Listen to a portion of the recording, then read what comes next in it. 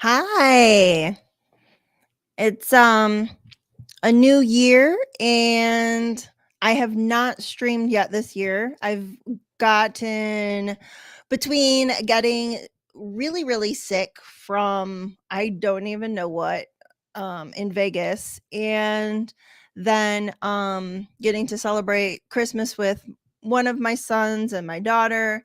I haven't had time. I've actually canceled this particular subject that I have been wanting to talk about. I've canceled it like 3 times. So, I'm happy to finally get to talk about it because it's something that I do need help with, even though I'm 45 years old and I still cannot figure out how to, like stay on track for a goal, which is probably why I'm still stagnant in my life and I'm not like a multimillionaire, right? Because if if I could have figured out how to stay on a path and actually achieve a specific goal, I would have been a lot more successful in life than I am. Um Hi, Rebecca. I'm so glad that you got to come today. That makes me really happy. Hello, Miss Ashley. Welcome to my podcast. My name is Peggy, and I like to talk about mental health related issues. I like to talk about real life and things that just kind of pop up in my brain. This is something, like I said, that I've been wanting to talk about for a while: setting goals, keeping goals, and like I do have adult ADHD, which, you know, is diagnosed. I know everybody jokes about having ADHD.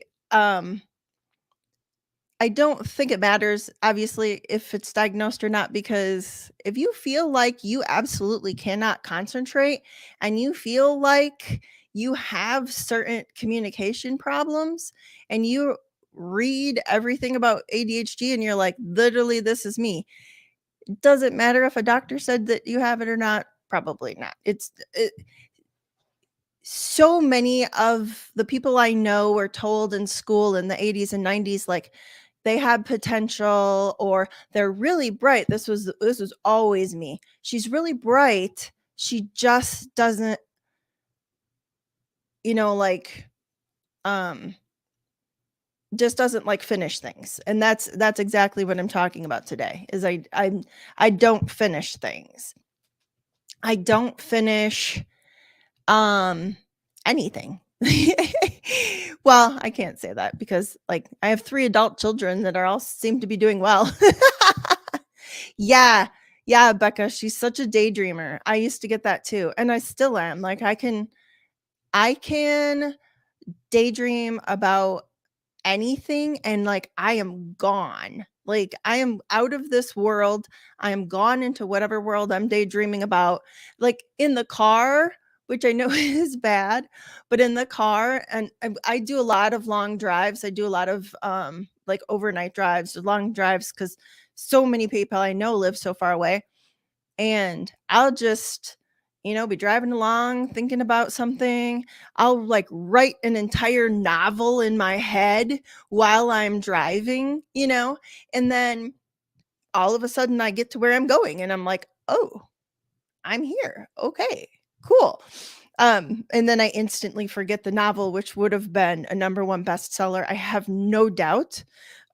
So I probably if I started I have started novels actually, and I have started several on my computer. I have um a handful of children's books and then probably 3 actual novels started.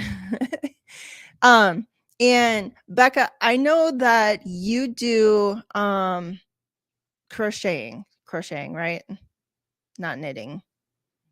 But you finish things and you make beautiful, beautiful things, like beautiful sweaters, and you teach yourself all new different ways to do things, and you teach yourself new stitches and all that kind of stuff. Knit. Okay, that's and once I said crochet, I'm like, wait, no. Yeah, you do such beautiful things, And I like watch you. Usually you like post when you start something, and then you post when you're like partway through, and then you post when you're finishing. And I'm just like, how? But I also know you're really passionate about it. Like you're super passionate about it, and that's like your thing. Like, um, um, my husband is like super passionate about um rebuilding muscle cars. And so you start many first.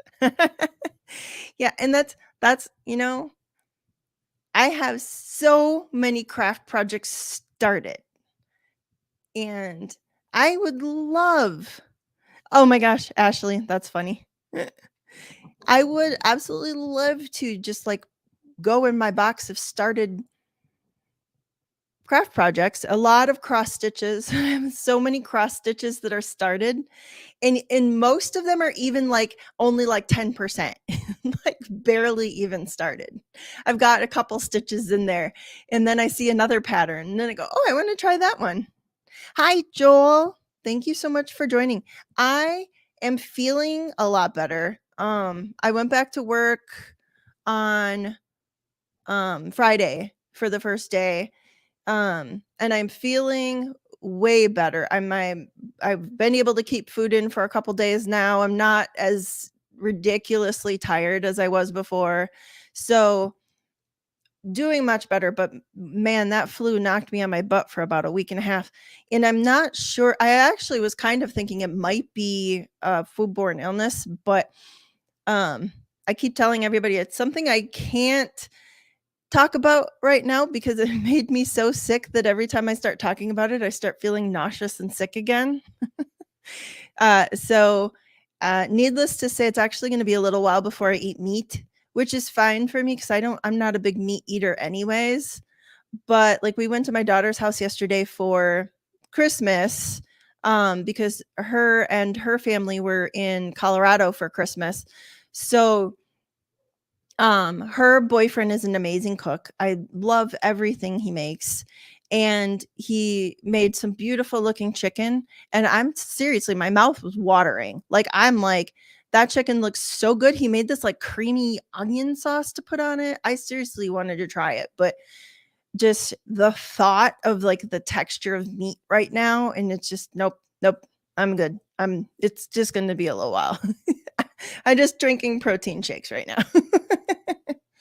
Um, okay, so way back to a thought that I was going to before about finishing projects. My husband, super passionate about rebuilding muscle cars, but he's on his first car right now, and it's a 1973 Plymouth Satellite, which is the same body style as a Roadrunner. So he's remaking it like into a Roadrunner, if that makes sense. And he's at first he was having so much fun with it. This has been like a 3-year project so far. He's had so much fun with it, and he got this nice body car, and he did the painting himself, and he did the restoration himself. He's done an amazing job. It looks beautiful. But now he's at the end part where he's just got to fine tune like transmission, just power steering, like just a few little things here and there, and then like buy a few things. He's cloning it. Yeah. He's yeah, and it looks beautiful. Joel, I'll text you a picture. It looks amazing. He's really proud of it, but it's at the end, and it's all the little nitpicky stuff that you're just like, it's drivable. He can drive it all over the place.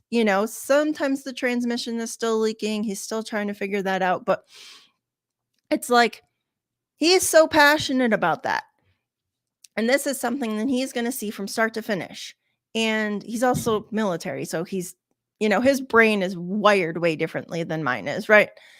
But um I start a project and I'm like, I get kind of tired of this now. I'm going to put this down, or a book, or I mean, the only things that I like really can finish are like, if I binge watch something on TV, I know like a lot of people can only sit for like a half hour or something. Then they're like, "Oh, I sat too long. I got to go do things or whatever." No, I can sit all day on a Saturday on my butt binge watching something, you know, and I'll finish that.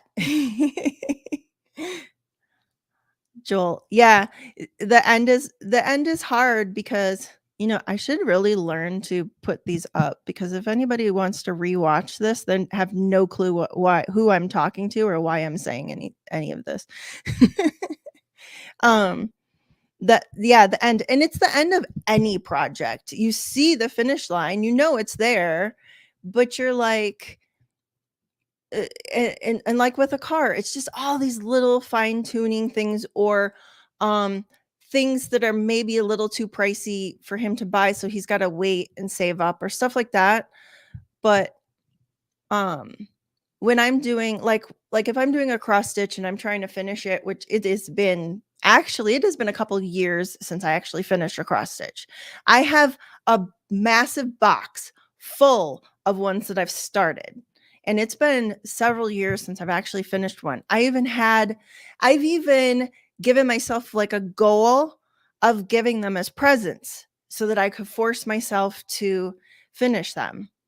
And, I gave myself like 4 months to finish this cross stitch that was easy. It was only 2 colors.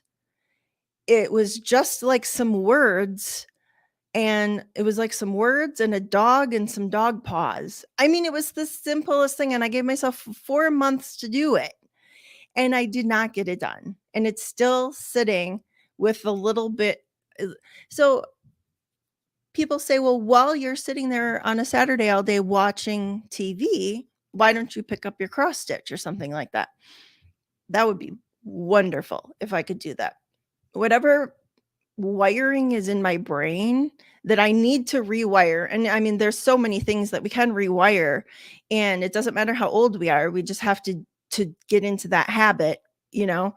Um, so whatever it is in my brain that procrastinates, that um the what's it called, the paralyzing, the you see the mess, the mess is there, you have to clean it up, but it's like that paralyzing, I kind of forget what it's called, but where you just can't do it and you don't know why. Like you cannot reach your hand onto that table and take all of the crap off of it and put it where it belongs. Why? I have no idea.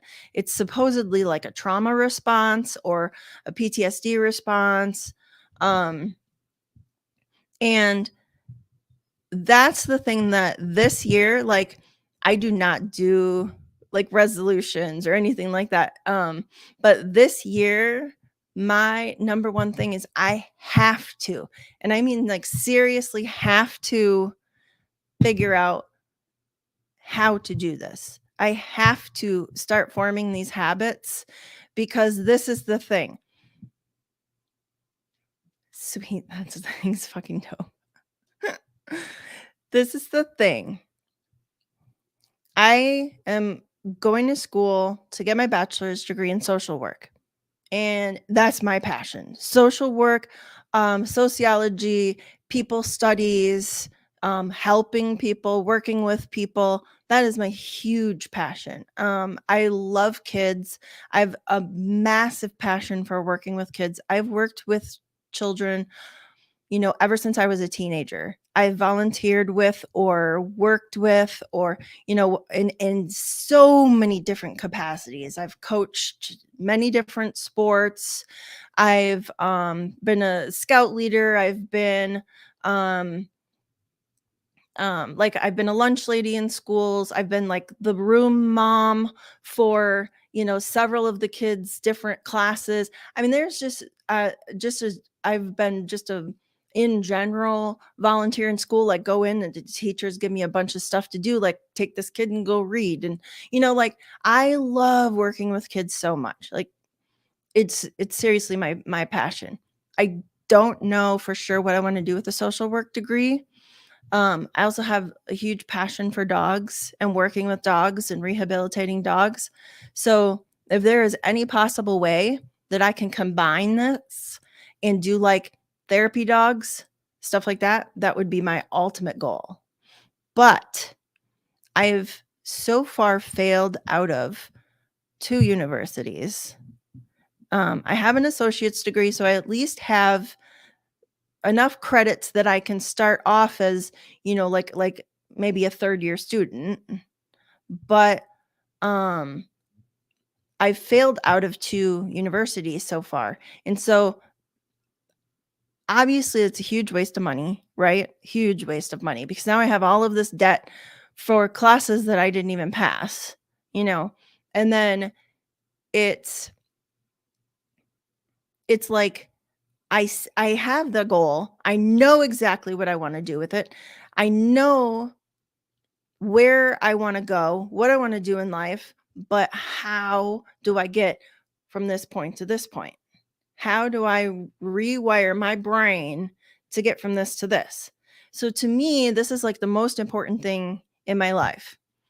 I'm always going to school online because I have not in the past 6 years really lived in a place where there is a college that I can physically go to. So I've been going online, and I've gone to 3 colleges online so far. Well, the good thing is that later this year, I'm moving to Colorado Springs, and the school that I'm attending right now is in Colorado Springs, Pikes Peak State University. And so um, I can get another associate's degree in social work, and that's what I'm aiming towards right now. Just an associate's degree in social work is all I'm aiming for right now. And I'm going to be able to go in person in next fall, right? So I need to be able to, between now and next fall, I need to be able to figure out how to, you know, get this brain back on track. I obviously can finish things because I have finished school before. I have a culinary arts degree. But it's so frustrating the older I've gotten. Like the brain fog has gotten so much worse, and it comes from several different places. It comes from sometimes I get really malnutritioned because there's like a lot of foods that I can't eat, and so sometimes I just kind of give up and just eat junk food. So I get really malnutrition sometimes. And yes, I do take my vitamins. It comes from some of the medications that I'm on. It comes from childhood trauma. It comes from my ADHD. So the brain fog comes from several different reasons, several different ways, and I need to plow through that. I need to motor through. And when my kids were younger, I felt like I was so much sharper. And part of that is because I felt like it was because my kids, I was just always on the go, always. My kids were so active, so many different things. I loved it. It was like seriously the best time in my life so far is when I had all 3 kids at home and all of them were doing different activities. And they were doing sports and they were doing theater and choir and band, and it was so much fun, and I got to just go all over. It was probably 3 different army bases, I wanna say, between the times when my kids were, pretty little until they were teenagers, and it was great, and I felt so much sharper in my brain, and that's when I was able to go ahead and get that associate's degree, was during that time. And um now all of my kids are grown up and they're gone. Um, they're all being super successful in their lives. And actually, one of my proudest things right now is my middle son just got married, and like a week ago, like a week ago almost. And I'm so proud of him because he found like the perfect partner on the planet. Like if you could go and handpick your children's partners, I could not have found someone better than this woman, just the perfect fit for him. But and I keep telling her that. She's probably tired of hearing that. But um the all 3 kids are fairly good at, like, setting a goal and achieving it. My daughter, the oldest, she's really good at setting a goal and achieving it. She, has a bachelor's degree in film, and she's in LA currently. Oh, she told me to stop doxing her and telling people where she lives. She lives somewhere where the film industry is really big. And she's doing amazing. She set a goal and she's there doing it. And now she has more goals. She's not stopping. She's not just going to be like, yeah, I'm totally fine decorating sets for the rest of my life. Like, no, like her ultimate goal is to write screenplays and be a director. And she will get there. She makes her own short films as it is, so she'll get there because that's who she is. She keeps driving until she gets something. And she's always been like that. She just keeps driving until she's better. And um there's that fear of failure that, I mean, me personally, I have that fear of failure. I have that fear of rejection, and I'm scared of, what happens if, that's what I say in my head all the time. That's another thing that I need to stop doing. The self, like the negative self-talk. And that's another thing I need to stop doing is what happens if this doesn't work out? What happens if people laugh at me? What happens if I get told no or I get rejected? Like when you go to an interview and you think you went in and you did like an amazing interview, and then like sometimes they just don't call you back, or sometimes they're like, yeah, you're not really a good fit. That kind of stuff like crushes me, and it'll like put me down for a couple days. It'll take me like a couple days, to kind of process that, and makes me feel so upset. So that is another thing that I need to work on, is that fear of like rejection and stuff like that. I need to get it in my head that it's totally okay. Like, not everybody needs to like what I'm doing. I'm like people pleasing, because I've been, and that's also another trauma response, is people pleasing.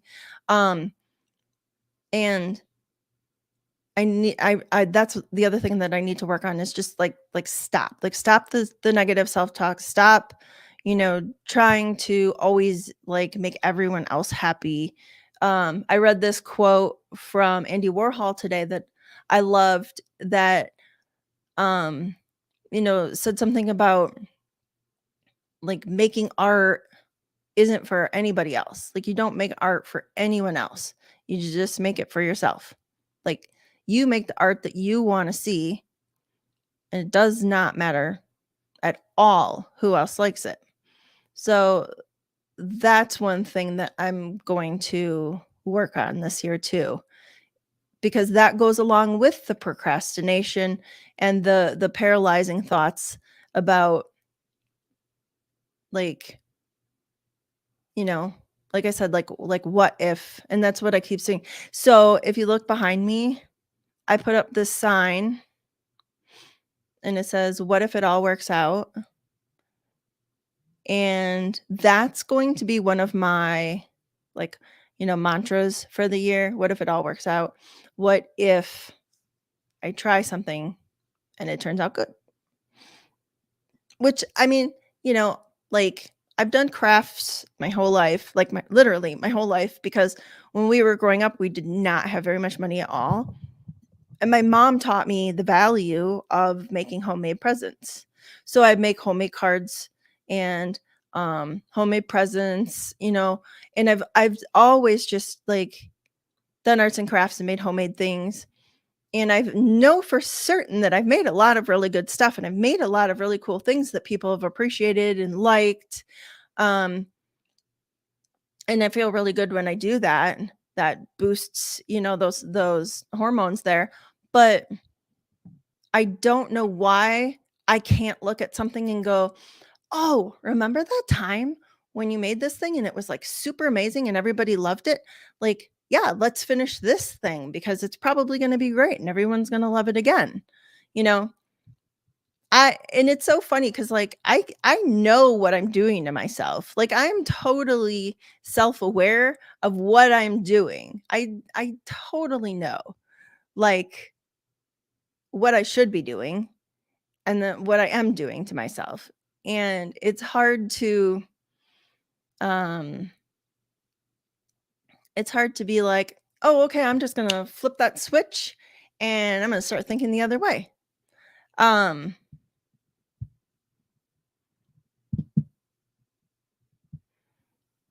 Joel says, "I was pretty good at getting things done when I was young. It started to go downhill at about 50. At 70, it's way worse." I know that that's one thing that I really fear is if I don't start now, that I know it's just gonna get worse. And the goal of going to college and getting my degree and being able to help people in like a more official way is it should be strong enough that I'm able to motor through all of the negative stuff, right? It should be, I'm so passionate about this. I'm so like excited about this and I can see my future and that should be enough. And I wish it was. I really wish it was. I wish that I didn't have I wish that I wasn't on all these meds. I wish that I didn't have the ADHD and the inattentiveness, since they've kind of taken away like the hyperactivity of ADHD, and so my version is the inattentive version. Um, that would be fantastic if I could just, boop, get that out of my brain. And oh, hi, Auntie. I haven't seen you in a while. Auntie, I was telling, Joel the other day that I haven't been around in a while because I got the flu, and it knocked me on my butt for about a week and a half. So, I'm finally better and on my feet and able to, um I set up this stream, like, 3 different times. I know Marilyn even texted me the other day, she was like, "We're aren't you supposed to stream today?" And I'm like, "Oh, yeah, I can't even get out of bed." It's been a rough couple of weeks, but we're good now. And also because I'm in my son's room and I just kind of feel bad like kicking him out of his room for a while, which I don't know. He doesn't need to be in his room 24/7. um, but I am really excited to go to school and learn because I love to learn. Like I'm always reading or, watching documentaries or whatever. So I am excited to go to school and learn more about I was taking sociology class and it's just one of the most interesting subjects to me. I loved it. It was so cool. And um when I was doing my intro to social work class, we met once a week live on Zoom, and I loved that because it was so great, like, talking to other people with the same passions as me, and most of the people in the class were becoming social workers because of something that happened to them, like, recovered drug addicts or alcoholics you know, wanted to become social workers so that they could become counselors for treatment centers. And for me, it's like I do have childhood trauma that I don't really talk much about, but I also see so many kids that get left behind and that fall between the cracks, and that's where I feel like I need to be. So whether it's, you know, with military kids someday or it's with I'm learning so much about people who are coming out of cults and what they actually need when they come out of cults, and that there's hardly any professionals out there that are even knowledgeable on this and that even understand that that's a completely different type of trauma. And um so that's interesting to me too, if there's a way to, like, and I said before, working with dogs is a really big deal to me too. So I think if I could find a way to combine all of that, that would be my ultimate dream, my ultimate goal. Um, yeah, you had a rough New Year's too so far, auntie. I'm sorry to hear that. I went to Vegas. My husband and I celebrated our 25th like dating anniversary in December. And so we went to Vegas because next summer when we have our 25th wedding anniversary, he won't be around. He'll be stationed overseas. So I thought, well, we can celebrate our dating anniversary, right? And yes, we got married pretty much a couple months after we started dating. If you did the math there. But I actually totally lost track of what I was saying. So, oh, thank you so much. Martin, you're sweet. And Ashley's so sweet too.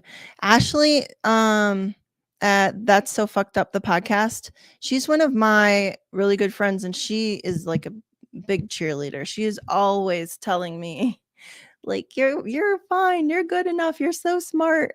And I'm like, I know, I just like deep down I know that I am.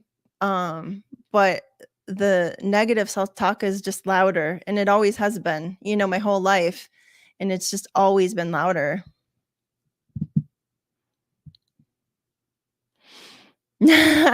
Thank you so much. My problem with like followers is that I also don't think that like I have much to say. Like when I watch Marilyn streams, she's just so cute and bubbly and happy all the time. And if anybody doesn't know who Marilyn is, it's Coffee, Cults, and Crafts.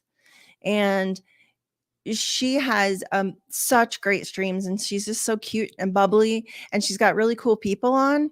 And I'm like, I wish I could be like cute and bubbly like that. That would be fantastic. And that part of that has to do with the brain fog too. Sometimes I'm just kind of like zoning into the camera. And then like Ashley, thank you. There's That's So Fucked Up, the podcast live, and that's the YouTube version of her podcast, which you can check out because I'm one of her researchers. So sometimes I've researched the episode that she's talking about. And she Ashley's like one of the cutest people I've ever met. And she's also like so like lively and bubbly. And I'm like, oh, I wish I was more like that. So with subscribers, I feel like I have a hard time like advertising myself because you have to advertise yourself. You have to market for yourself. No one else is going to do it for you, So I'll go on. I have like a couple different groups that like I'll post my link in.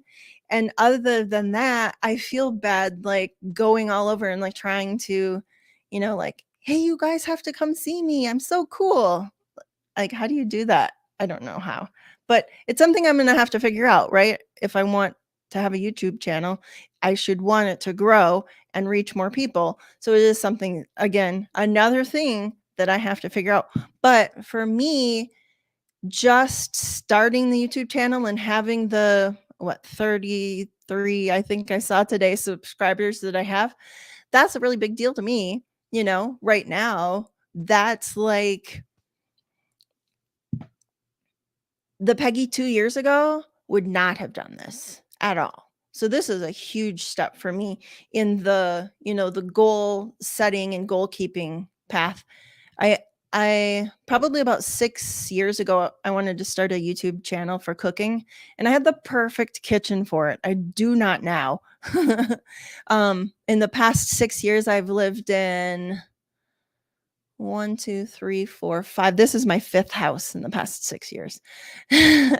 So, only one time did I have the kitchen for it, but I did wanna do, like, a cooking channel, and I don't have the passion for cooking anymore. That's why I'm not in culinary anymore. I'm still in food service, but not like I don't have the goal of being a chef anymore like I used to. Bye, Jewel. Thank you so much. Oh, happy anniversary. I'll talk to you later.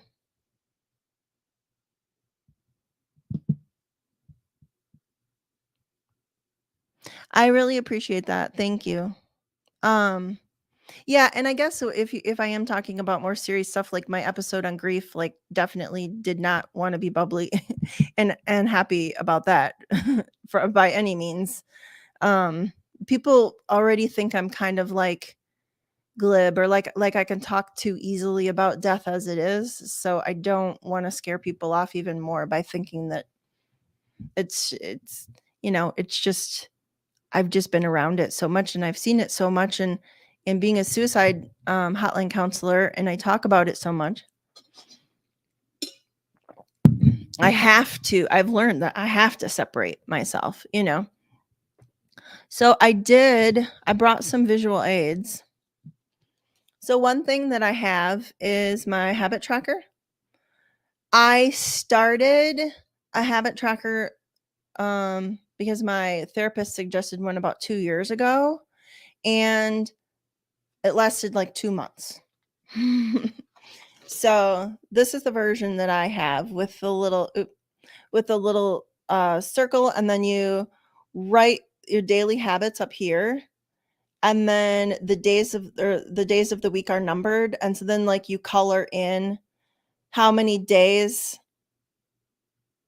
that that you actually did. So like I would say like I need to be reading my books every day. Like one of my goals is to make sure that I'm reading my books like almost every day. Like just 20 minutes. Sit down 20 minutes and read. Um because that's another thing obviously that keeps your brain sharp, right? Watching TV versus reading a book, you know. So keeping a habit tracker is a habit. and it and it is a goal to finish your habit tracker throughout the whole month. It's it's it's so funny to me. It's like ironic, right? And then another thing that I do have to do for myself every single day is my checklists. I have to have a checklist every day. So every single day I add to my checklist and something pops in my brain all of a sudden, like I have to run over and write it on my checklist because I will forget. Hi, love it. It's nice to see you. I haven't seen all of my internet friends in so long. I've been missing everybody. But my checklists, I mean, I'll write them on a random piece of paper. I'll write it on the back of an envelope. I have sticky notes all over. I keep sticky notes in pretty much every room. I've a pen or pencil and sticky notes. Yeah, I cannot function without a checklist at all. I forget everything. I put like dates and important dates and stuff in my phone, doctor's appointments or something like that. But I don't look at the notifications. Like when the notifications pop up, I just like swipe them off and I don't actually look at them. So if I don't have the checklist of my to-do list of stuff, it absolutely will be forgotten. It won't get done. Hi, Sophia. Nice to see you. Yeah, lists.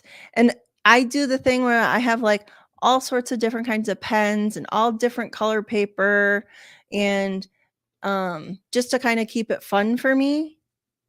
And then I have like the pens that I love to write with, like they look beautiful and they feel beautiful. I'm like that kind of person, like the office supply person. That I like to collect office supplies, post-it notes of paper and pens And then I keep them all over the place. I have them in the car. I literally everywhere. And as soon as I remember something, I write it down. And then, okay, so this is funny because this is something that me and my friend Becca here were talking about on Facebook just the other day. And she posted something funny about wanting another planner, even though she didn't use her planner from last year. And I said, yes, I actually bought myself a brand new planner, even though I didn't use my planner last year or the year before. So this is my planner. And I prefer the kind of planner that's like, so this is the kind of planner that works best for me. I'm not used, the camera thing messes me up. So this is the kind of planner that works best for me, where I can visually see a whole month like this. And then I write everything that's going on during the month. And then, thank you. I know it is pretty. I have to keep things pretty, you know, so that I'm more like glittery or colory or rainbowy. And then that way I'm more, like I'll use it more, Um, and we also have a calendar. We always have a calendar on the wall. And so I will write, doctor's appointments and stuff like that on my calendar. My husband writes his schedule on the calendar for me because he always has a weird work schedule. Like wherever we live, he'll have a weird work schedule. So he'll write things for me so I know when he's home or know when not to expect him for dinner or stuff like that. And I was saying before that like keeping a planner, keeping a habit tracker is a habit that I have to form. So they say it takes like, several thousand times of doing something for it to become a habit. I feel like I feel like that's overkill. I guess it's been studied and that's the thing, but I feel like that's kind of overkill because for me, I can form bad habits fast. Like really fast. If if there's a bad habit, I can form it pretty dang fast. But good habits like positive habits or positive things that are good for my mental health, that's a little harder. Um I wanted to pop this up really quick. Sophia says, make it fun with little rewards. So I I used to do this for my kids. And like chores, they had allowance or something like that. But we used to also like if everybody gets the room clean this weekend, we'll go to the movies or stuff like that. So I do rewards for the kids, and I kind of do it for myself in a way, but it's another thing that you have to stick to. Like even just giving yourself a reward is another thing that you have to stick to, is if that makes sense. So I'm trying to it's like I'm because of this one major goal that I have, and I have to um force myself to start focusing on things, right? So now I'm making myself form a whole bunch of new habits right away, like with all of my planners and habit tracker and my to-do lists and things like this. So I'm like, here's these new goals that you have to set. Let's start writing everything down. And then um still keeping the big picture in mind. And they say, baby steps, one step at a time.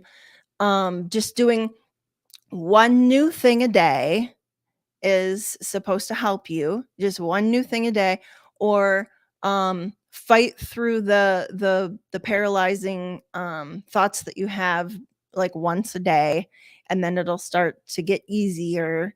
um or like I promised my husband that before we move in the summer, I would go through every box in the house and reduce by like a lot, because we've been moving boxes around for, 20 years, some of these boxes I haven't even opened in like 15 years. I don't even know what's in them anymore. What are we moving around? I have no idea. I don't know what's in them anymore. So the next time I move, I have to move into a little apartment. And now that it's us and no more kids, the only stuff that we have left of the kids is my youngest son because he's in college. And the other two kids' stuff is gone. And so pretty much most of those boxes are my stuff. As my husband's he's a pretty simple dude. He doesn't collect anything. He doesn't have anything extra. Um so that's another thing that like someone was telling me just take a box and like take out one thing. Just take out one thing and find a place for it. And then go do something for a while and then come back and look in the box and take out one more thing and decide where to put it and then like go do something else for a while. I don't know if that works for me, but that is supposed to be something that works for people with ADHD is where you just do one thing and then or like set a timer even, work on one box for 20 minutes and then go do something else for 15 minutes. Um but that's still for me I have a lot of excuses why I don't wanna do things. That's still for me, like, I have to form that habit of of getting a box, taking something out, putting it away, you know? It's still like a habit for it's still like forming a habit in my brain, that's what I'm thinking. It's another habit I'm gonna have to form. So, um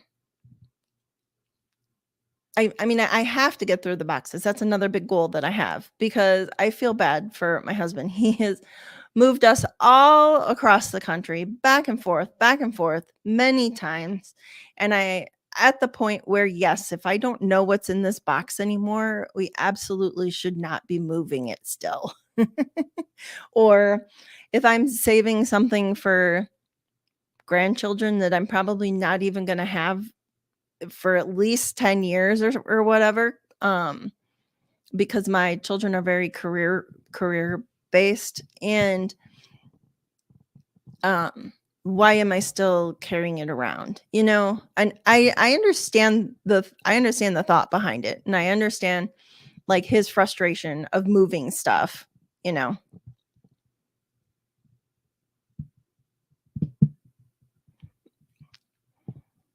I'd rather be all outgoing and bubbly, but that's not really me. I'm struggling with depression. Yeah, and me too. Mhm. Um I do struggle with pretty severe depression. And so I want to, I would love to be the type of person that, just walks up to people and like, hey, how are you? This is so great. Blah, blah, blah, blah. I'm sure that'd be awesome. But um, the depression and anxiety, things like that, make it really hard to make it really hard for me to, um, I can pretend like I can act pretty good. Like we were at a thing for my husband's work, like a Christmas party, and I mean, maybe about 2 hours was my limit, but I did pretty good job acting, like I was okay and like have you ever seen it's a commercial for Wellbutrin and it's like there's a lady who's sad all the time, but she puts up a little mask in front of her face and it has a smiley face on it, and it's like, "This is the mask that I wear when I go out," you know? And I'm like, "Yeah, that's literally me." Like, I always feel like I have to put a mask on. I I definitely don't wanna scare people away and, like, walk up to people and be like, "Hi, I'm depressed. I'm probably not gonna be able to follow your conversation very well." Um, I'm probably gonna just stare off into space. I'm I'm listening, but I don't always understand everything you're saying. Like, you can't just go do that. people will be like, okay, I'm gonna go talk to this person over here, right? I have actually, which really interesting is in the past year, I have actually found friends online that I can say that to. And they actually have been like, you know what? I'm literally the same way. Like, I will drop off the face of the earth for 3 days and I will not contact anybody. And that's just how it's going to be. And I'm like, wow. It's so great. Like I do have this little group of friends that I was able to be super honest with and say, you know, sometimes I'm just not going to be around. Sometimes I physically cannot pick up my phone and reply to text messages. And they all were like, me too. Same, no problem. And it was really great. It was really nice to be honest with people about it. And it was really nice to have people be like, yeah, me too. This will be a good friendship, you know. I haven't really had that a lot. People who don't have depression obviously don't understand it, or people who have, maybe mild bouts of depression here or there, they don't understand like the severe manic depression or the um I actually can't even remember what my form of depression is, but it's just, I mean, it's constant. It doesn't go away. Even with the meds that I'm on, it doesn't go away completely, you know. But I'm functioning, right? Like I'm able to work and I'm able to get out and do things and talk to people normally and do this. Obviously, I would not be able to do this. Um, but there are times when my depression is debilitating and I can't even get out of bed. I can't I absolutely can't shower.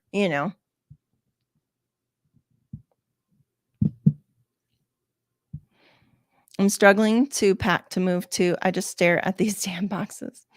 I know. Okay, so with all of the times that I've moved, one would think that I would have like a system. I know so many military wives that have like a system and they're really good at it, and they do the same thing every time and they pack everything up like way in advance. And no, I'm still packing the day that my husband is like physically loading the moving truck. I'm still probably packing the kitchen because I always save that for last because it's the worst to pack.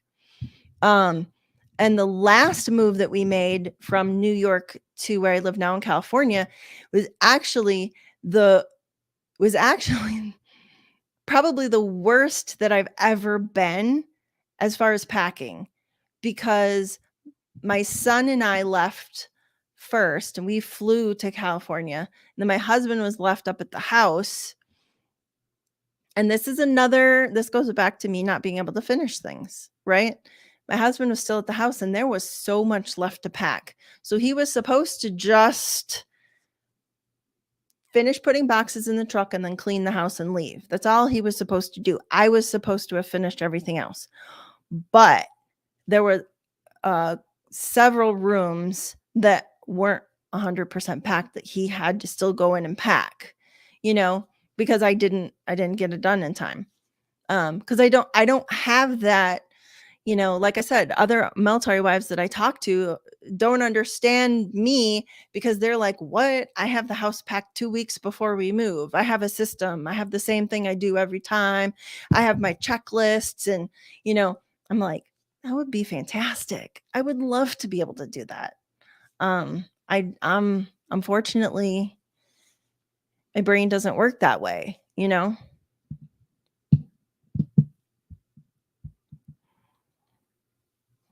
If I find it's a have to, I'll rebel. For myself, I'll say that I intend to, then let it go. Then it'll just strike me to do something at some point. That's so funny because I'm similar in that, like, if there's something that I have to do, like packing, I the urge to get it done is even less than normal. If it's like you have to get this done, like with schoolwork or something, I'm like, my brain backpedals even more. It's like, and I don't understand that, you know?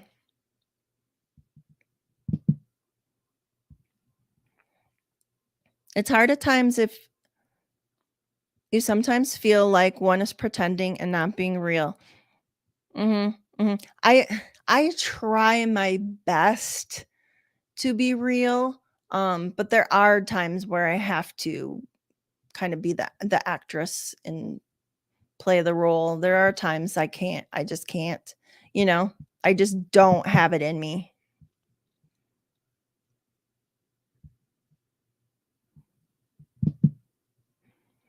Right, and this is exactly what I'm saying. There are times where I can spout, "Live, laugh, love," all day long, but in my brain, I'm just so down, you know?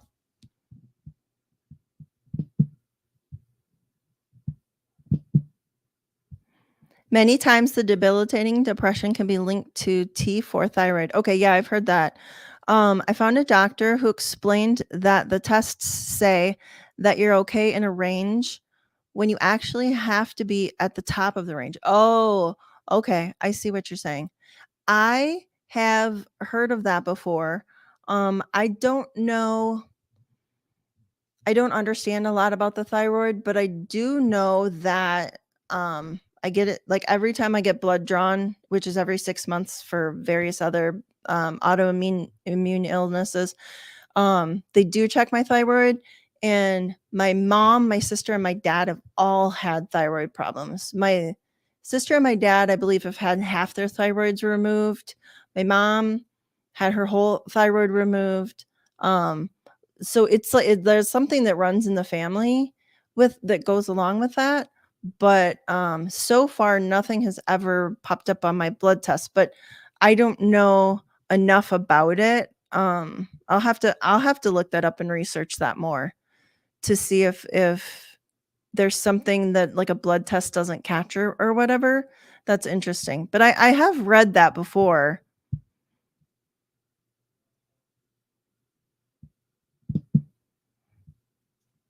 Oh, I'm sorry. You know what?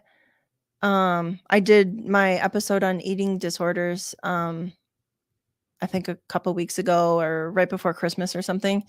And my thing is with the depression, my thing is the eating disorder. And that's another it is just like an addiction. The eating disorder is wired in your brain the exact same way as an addiction is.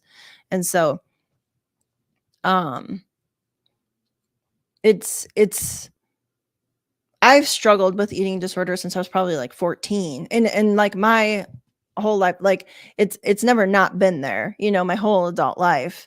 So I understand that. I know that there's recovery programs for um eating disorders, and one of my friend is actually in one right now. And I'm super proud of her for doing that. Man, I don't know. That's a hard one for me because I'm like I'm terrified of doing something like that, but also on the other part of my brain, I go, it's not that bad. Like it's not bad as enough, or like I'm not gonna end up dying from it. Like my brain works that way.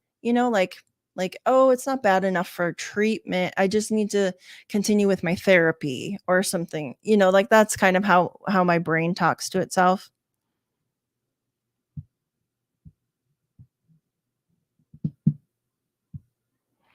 How would you describe eating disorder? What does it feel like having it?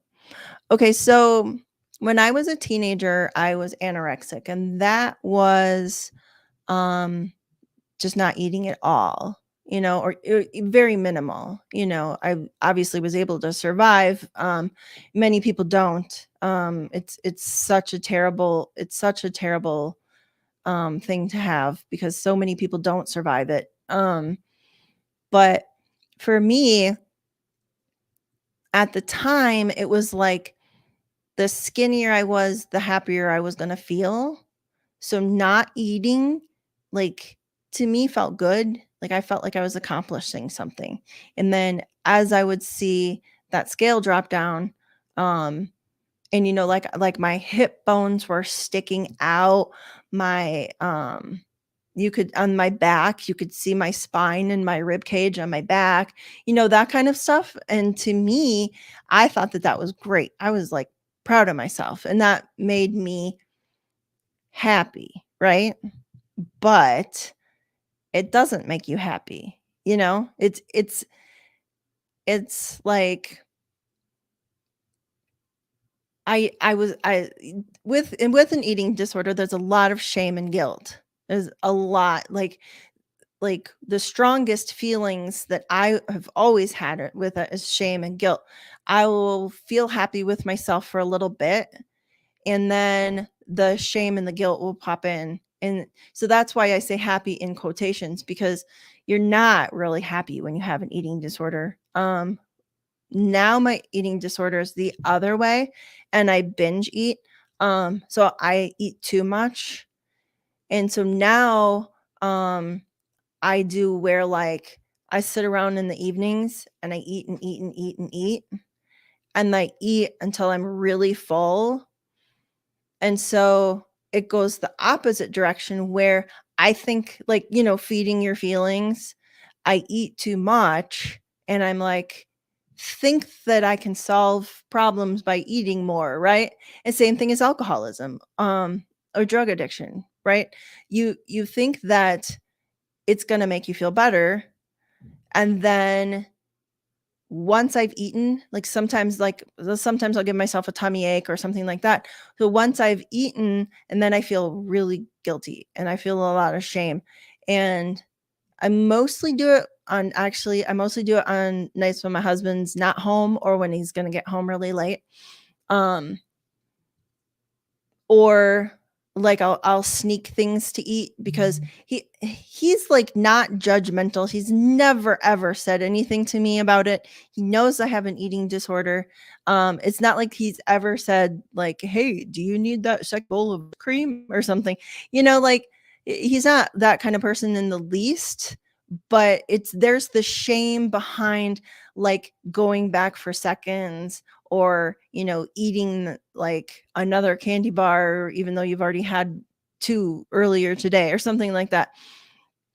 But I feel like I'm going to feed my feelings, I'm going to feel better once I eat some more, and then I don't, right? Because then I start to feel guilty, I start to feel ashamed of myself. um why am i why am I eating all of this food? It's not even healthy. I might like throw a banana in there or something. But um like I eat a lot of cereal. I'll eat cereal like 24/7. I kind of grew up on eating a lot of cereal, and my sister was a big cereal eater.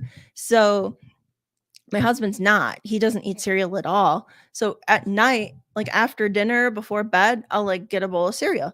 And then I'll be like, "Oh, well, gotta have something healthy today," and throw a banana on it or throw some strawberries on it or something like that. And then in my brain, I'm like, yeah, I'm eating healthy. I've got a bowl of Honey Nut Cheerios with some strawberries on it. That's healthy. Uh, my That's what I tell myself to make myself feel better, so that I don't feel ashamed of eating more. And I don't need more. I don't need the calories. I'm not a super active person right now. Um, I do suffer from like a lot of fatigue. And so I don't need the calories of somebody and I only work 2 hours a day. With my job, I work at the school, at one of the schools that's here on the army base. Um, and I only work 2 hours a day because I just supervise lunch and recess. So I'm not a super active person right now. Um, I used to be really active. I used to be really active with the kids. I used to take dogs for walks all the time. I used to coach a bunch of different sports. And since I've gotten older and this fatigue has set in that we're still testing for and trying to figure out why I have such bad fatigue, um, I haven't been as active. So I need to, but I can't I can't do diets. I can't do calorie counting. I refuse to weigh myself. I only know how much I weigh because of the doctor's office. Otherwise, I wouldn't even, most of the time I like close my eyes when they weigh me at the doctor's office. Like, don't even tell me. Um, but then there's yet another habit that I have to form, right? Another habit of not eating. Like, I don't need to eat after dinner, I don't need to have an extra. People have snacks, and my my grandparents used to eat dinner early, and then their dinner was small, like, lunch was the bigger meal for them, and then their dinner was small, and then they'd have, like, a little snack before bedtime, like, maybe just 1 scoop of ice cream or something like that, and I come from a family where my parents were big eaters, really big eaters, like seconds or thirds at dinner, and then a bowl of popcorn after dinner or a bag of chips after dinner. Like, that's kind of where how I grew up and where I came from. And so that moderation or that limitation, trying to figure out that sweet spot of, yes, you can have a little snack after dinner, but no, you don't need the whole bag of chips, or you don't need the entire can of Pringles, or the whole box of cookies, or, you know, trying to figure out like all of that moderation. And I know that it comes with therapy, it comes with practice, and I definitely could do some type of treatment program. Um, but to me, I mean, even talking about it like with people and like putting it out there is really hard. So I did do an episode on eating disorder, and I did talk way more in depth about me and what it's like for me. So you can watch that one.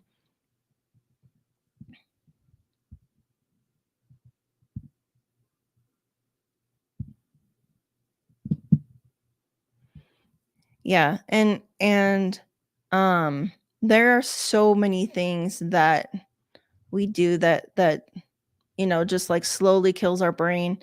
And I know alcohol is definitely a big one. And I deal with um, a fair amount of alcoholism in my family. I have pretty close relatives who are alcoholics. And I worry about it, how it's going to affect them later on. That's always on the back of my brain. That is totally okay. And that's I mean, literally, I feel like that's what I'm here for, and I love when, I have friends, come on here and we get to discuss things. That's, like, one of the reasons why. 'Cause not following through on things, I was ready 100% ready to give up and be like, this is stupid, and probably only gonna have, like, 3 people per stream, and why am I doing this?" And, I got a couple messages from people, saying, "Are you gonna stream again? Like, I wanna see your next episode. What are you gonna do next?" And so then I kinda felt a little better, but yeah, this is another thing that I have to figure out how to follow through on. But I feel like being held accountable is because I'm here talking to people and, getting like actual feedback and like real time feedback, or, like when my friends send me messages later, I feel like that's kind of holding me accountable and like, oh, it actually is like a good thing I'm doing. So having a good space to talk, and I mean, yeah, I love it. Let's talk.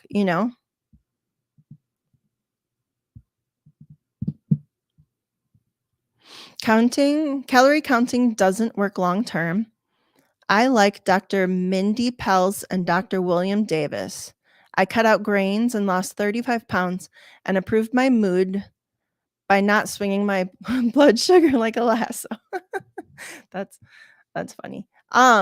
Yeah, Weight Watchers, they like changed their whole thing where remember when they first started and they were all about the calorie counting and stuff like that. And with the science and the research, they've changed their whole platform where now you can eat anything, but you have to learn that moderation. And my husband, he does calorie counting like off and on. He'll do um, you know, he'll go for like a month where he counts calories, but he like plateaus. He'll like stop losing weight and then he'll get frustrated. But he's a large man. He's in the army. He's active person. He needs a lot of calories. Like he burns a lot of calories every day. So someone like him, I feel like shouldn't really even be calorie counting necessarily like that because he probably needs more than 2000 calories a day, whereas me, when like I said, I'm a little more what is the word? Lazy, I guess. um I need less than 2000 calories a day, right? I don't need, but for me, what I need to concentrate on is the quality of the calories. I need to make sure that I'm eating um, calories that'll count, that'll go towards burning for my energy. And because I am so low energy, um, that's what I need to start focusing on is making sure that the calories that I consume aren't, like 20 cookies or whatever it is. Sedentary. Sometimes those words just don't come to my brain. Bye, Ashley. I'll see you later.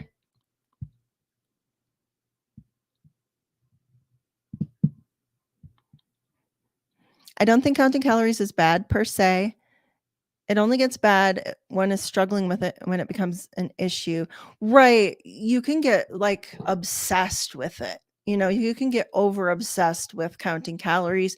And um that's another that can be another addiction, right? Counting calories and the like people who um count weight loss up to like the very ounce, or when you're measuring, because a lot of times when people are losing weight, they measure all their different parts of their body, right? And they're obsessed up to like the little centimeter or whatever, and that can become another addiction. So w- if you start getting obsessed with that kind of stuff, then you're just replacing one addiction with another addiction. Oh, by the way, love it. I was going to write down who you were talking about. Dr. Mindy Pels and Dr. William Davis. Okay, I was going to write that down and look into it. My thing with carbs or gluten is I have a love-hate relationship with gluten. So about I want to say like 7 years ago, um I started having really bad stomach problems and I couldn't eat anything. I threw everything up. I threw up anything that was raw fruits or vegetables. I could not eat at all. Like period. I would throw it up. I couldn't eat um there was like several different meats. I think chicken was pretty much the only thing that would stay in me. Um so gluten and bread and that kind of stuff, that became my best friend. So it's so funny, right? So many people can't tolerate gluten, especially as you get older, and that's something that they're studying into right now. When you get older, your body starts rejecting gluten and dairy, um, which at the time I also could not have any dairy. So I was eating like I was trying to eat like vegan products and stuff like that at the time, but I swear to you, bread literally saved my life. I was on the couch in pain all the time for 2 years, and like the only thing I could eat was bread. And I don't know why, but I existed on it for like 2 years, and I swear to you, it saved my life. And now I don't know. I love bread. I love it so much. It's just amazing.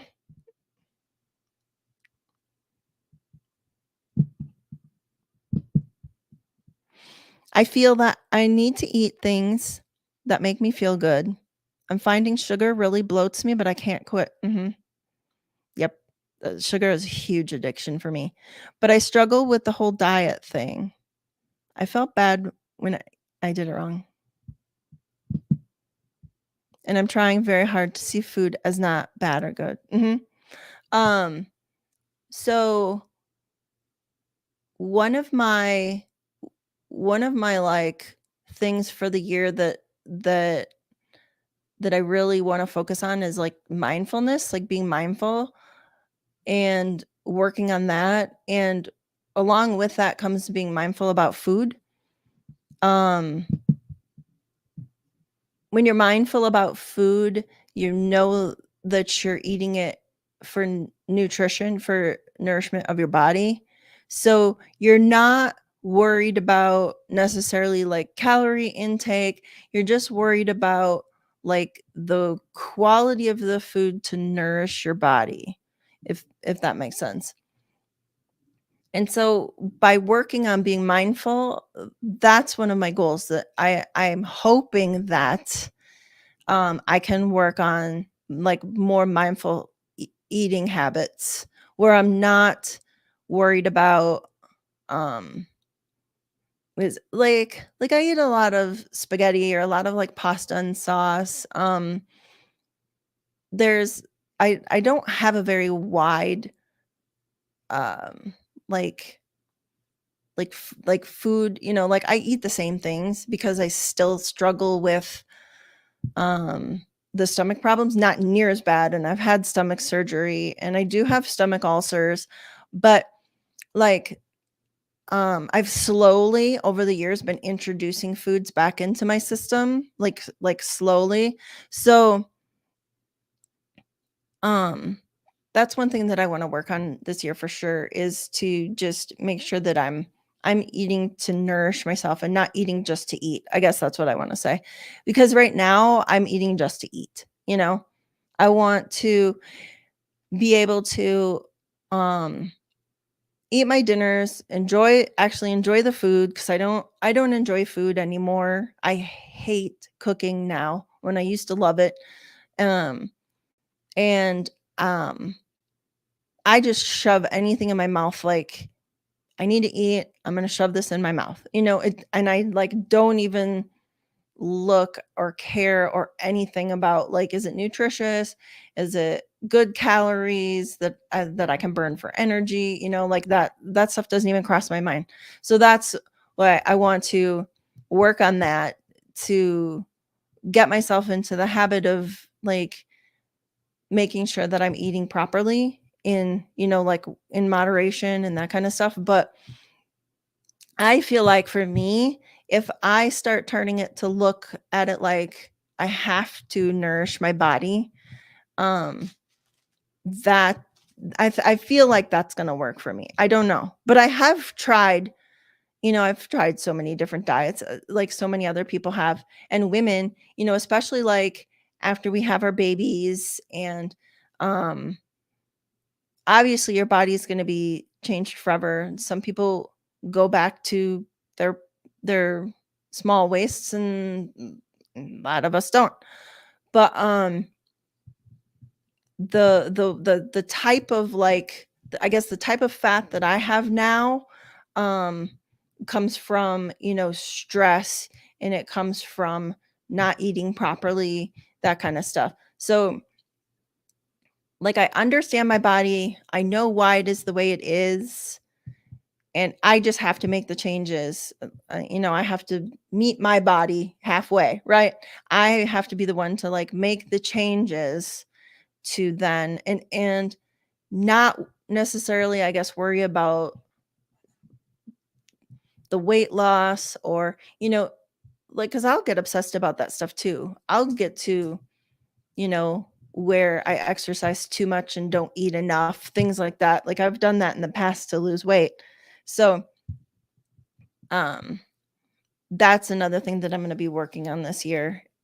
And not worrying about, like, having an eating disorder or whatever, just making sure that I'm eating to nourish my body and, trying my best to stop worrying about the other stuff, and then I feel like things will start falling in place for me.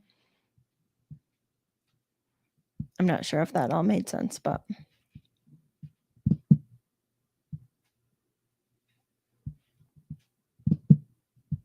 hmm, thank you. I was saying, before you came in that, um one of my biggest, like, negative self-talks in my brain is what if it doesn't work out? What if I fail? What if people make fun of me? Like, that's one of my biggest negative self-talks, and so I found this sign on Etsy, and I thought it was great because then, changing my frame of thought into what if it does work out? What if I do succeed? What if I am really good at this? I thought that that was, like, appropriate for the things that I'm trying to change right now in my brain.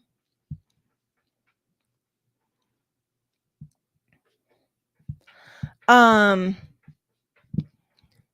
so I was gonna start wrapping up because it's about dinner time for my dogs.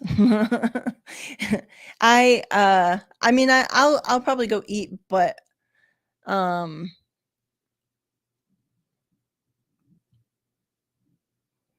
I'll probably go eat, but see, I just had another brain fart, and my cat was I have a cat well, we have a cat that lives in my son's room, and he was in the litter box, and I was thinking, "I wonder if they can hear the litter box right now." Um, he's a really old cat, he's very scraggly, and he doesn't doesn't really get along with other cats. He doesn't like the dogs, and we found that him just living in one room makes him much happier. He does get to go out and roam around. He's not like stuck in here forever, but um I'll have to introduce him one day. He hates being picked up though, so I'll introduce him one day. Bye, love it. Thank you so much and thank you for the suggestions. So I am going to wrap up and go feed everybody and make sure that my animals are well nourished, which is always so funny. Like I, the animals are always so well taken care of, and the kids when the kids were here, they're always well taken care of, and mom comes last, right? Mom gets the leftovers, or mom eats last, or however that works in people's houses. Sometimes dad, right? If dad's the stay-at-home dad, or if dad's the main cook or something like that, it's always mom that gets the last stuff. And now I can put myself first for, like, the first time ever. Oh, and it's weird. It's really weird feeling. So I get to concentrate on myself. I get to go back to school and get a career for myself. My husband will retire from the army within the next couple years here. And so that's another reason why this goal is so important to me of getting my degree, is because when he retires, I mean, you know what? He's going to be fine. He'll never have to work again. And he's going to be like 46, 47, or whatever when he retires from the army. He's going to be fine. And I'm really proud of him for that. He can even just go play with cars all day if he wants to. But I want a career. I want to finally have a career. I want to do this for me, but I mostly want to do this because I said much earlier, I see so many people that fall between the cracks, and I see so many people that feel like they don't have a voice or nobody sees them, or they don't have anyone to go to. When I'm on the suicide hotline for LGBTQ youth, one of the number one things that people say to me, and especially trans kids, is that they have no one to go to. They have no one to talk to. And so that really motivates me. And it I my heart breaks for the fact that there's so many people that don't have like even one person to talk to in their life, that like they don't feel comfortable with the school counselor, or they don't feel comfortable with their family, or their church says that being gay is a sin, so they can't talk to their pastor. You know, like all of these trusted people that you're supposed to be able to trust, and they still don't have anyone that they can talk to honestly and openly about things. So that to me is a big motivator, and I wish it were enough. But I've got to find other ways to motivate myself. So between now and August, when I start back with classes, I have a lot of work to do, and I've got a bunch of books I need to finish reading, and I've got some cross stitches that I need to finish because they were supposed to be for presents like 2 or 3 years ago, and I have habits that I need to unlearn, that are really bad habits, and I've got the self-talk, the negative self-talk, which I'm gonna do an episode on coming up, that I need to work on. Aw, thank you. You guys are so great. That is totally fine. Like I said, this is literally like what I was hoping my channel would be. Love you too. I love my friends. You guys are great. Okay, I'm signing off, and I will talk to you guys all soon. Thanks for stopping in. Bye-bye.